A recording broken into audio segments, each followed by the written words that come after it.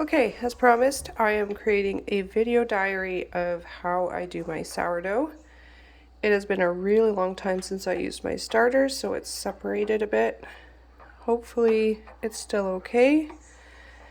But what I'm going to do is measure 50 grams into my very clean jar. And I'm going to mix that with 50 grams of water and 50 grams of flour. So it's 50, 50, 50. So here's 50 grams of starter. I just added 50 grams of water, and as you can see, I'm a gram off. And I did this on purpose to show you that it's okay if it's a couple grams off. You're not going to ruin your starter. And then I just added whole wheat flour. Again, it's just a gram off. I'm not going to freak out about it. And then here, I actually had a lot of starter in my fridge. So this is starter I don't need, but I don't want to throw it out. So I'm going to put it in another container that I use for different recipes. Recipes that are labeled sourdough discard recipes. So that's a whole other category. Don't have to worry about it, but I am going to show you what I do with it.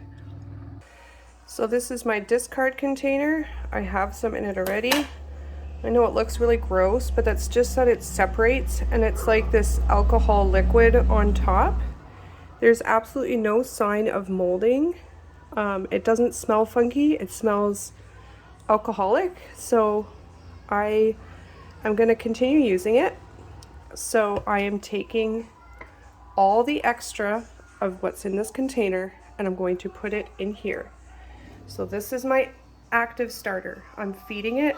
So this is what I will use for my sourdough. So this is my sourdough starter. I stirred it. Looks kind of thick. It's been dormant in my fridge for quite a while. But I think because this is an older starter, it's a lot more mature. I think it just doesn't get bad as quickly. So I'm gonna see. I'm experimenting. Hopefully this works. Otherwise, I need to have a new starter. So I will show you what it looks like after a few hours of sitting on the counter. So this is sitting on the counter. To activate, it's fed. And this, my sourdough discard, is simply going back in the fridge.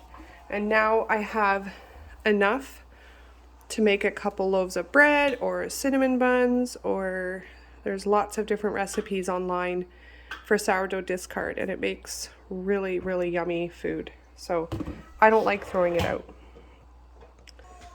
I like to put an elastic on my jar where the level is of the starter so that I can see really easily how much it has risen.